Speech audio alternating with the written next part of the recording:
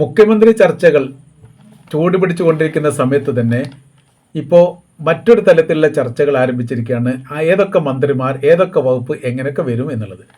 കോഴിക്കോട് ജില്ലയിൽ എത്ര മന്ത്രിമാരുണ്ടാവും എന്നതുമായി ബന്ധപ്പെട്ട ചർച്ചകളൊക്കെ വലിയ രീതിയിൽ ഏറെക്കുറെ ധാരണയിലെത്തിയിരിക്കുന്നു എന്ന റിപ്പോർട്ടും പുറത്തു വന്നു. എങ്ങനെയാണെങ്കിലും ഒന്ന് അല്ലെങ്കിൽ അതിൽ കൂടുതൽ മന്ത്രിമാർ കോൺഗ്രസിൻ്റെത് കോഴിക്കോട് ജില്ലയിൽ നിന്ന് ഉണ്ടാവാൻ സാധ്യതയുണ്ട് എന്നുള്ളതും അതിൻ്റെ പേര് കാര്യങ്ങളൊക്കെ നിർദ്ദേശിക്കപ്പെട്ടിട്ടുണ്ട്, പരസ്യമായിട്ട് പുറത്ത് വന്നിട്ടില്ല എന്നേ ഉള്ളൂ. അതേപോലെ തന്നെയാണ് ഇപ്പോൾ മുസ്ലിം ലീഗിൽ പ്രധാനമായ രീതിയിൽ ഇപ്പോൾ കുന്ദമംഗലവും കൊടുവള്ളിയും മന്ത്രിസ്ഥാനവുമായിട്ട് ബന്ധപ്പെട്ട കാര്യത്തിനുള്ള നിർദ്ദേശങ്ങൾ സ്റ്റേറ്റ് കമ്മിറ്റിക്ക് പോയിട്ടുണ്ട് എന്നുള്ളതാണ്. അതിൽ കുന്ദമംഗലം, കൊടുവള്ളി രണ്ടും വളരെ പ്രധാനപ്പെട്ടതാണ്. കുന്ദമംഗലത്തെ സംബന്ധിച്ചിടത്തോളം സീനിയർ മുസ്ലിം ലീഗിൻ്റെ നേതാവായിരിക്കുന്ന റസാഖാണ്, എം എ റസാഖ് മാസ്റ്ററാണ് അവിടെ ജയിച്ചത്. അദ്ദേഹത്തെ സംബന്ധിച്ചിടത്തോളം അദ്ദേഹം പറയാനുള്ള പ്രധാനമായിരിക്കുന്ന കാര്യം 3 തവണ 15 വർഷത്തോളം ലീഗിൻ്റെ റെവലായിരിക്കുന്ന പി.ടി. റഹീമിനെ പരാജയപ്പെടുത്താൻ വേണ്ടി സാധിച്ചു. അദ്ദേഹം തന്നെ ഒരു പ്രാവശ്യം കൊടുവള്ളിയിൽ മത്സരിച്ച് പരാജയപ്പെട്ടു.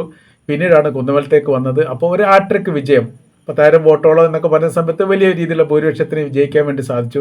അതുകൊണ്ട് മന്ത്രിസ്ഥാനത്തിന് അവകാശം പറഞ്ഞുകൊണ്ടാണ് സ്റ്റേറ്റ് കമ്മിറ്റി സമീപിക്കപ്പെട്ടത് എന്നാണ് മനസ്സിലാക്കാൻ പറ്റുന്നത്. അടുത്തത് കൊടുവള്ളിയാണ്. പി.കെ. ഫിറോസ് എന്ന് പറഞ്ഞാൽ കൊടുവള്ളിയുടെ ചരിത്രത്തിൽ ഇത്രയേറെ ഭൂരിപക്ഷത്തിന് ജയിച്ച ഒരു MLA ഇതിനു മുമ്പ് ഉണ്ടായിട്ടില്ല. ഏറ്റവും കൂടിയ ഭൂരിപക്ഷം എന്ന് പറഞ്ഞാൽ 16,000 ചില്ലാൻ ഭൂരിപക്ഷമാണ്. അത് കൽപ്പറ്റയിൽ നിർത്തിയിരിക്കുന്ന സി മമ്മൂട്ടി ജയിച്ച സമയത്താണ്. അതാണ് ഹാട്രിക് വിജയമായിട്ടും ഭൂരിപക്ഷമായിട്ടും കണക്കാക്കുന്നത്.